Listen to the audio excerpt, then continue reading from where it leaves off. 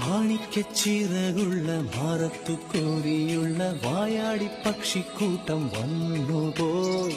കാടൊന്നു കാണാനായി കൂടൊന്നു കൂട്ടാനായി ആകാശപ്പുഴ നീവി കുതിച്ചുപോയി.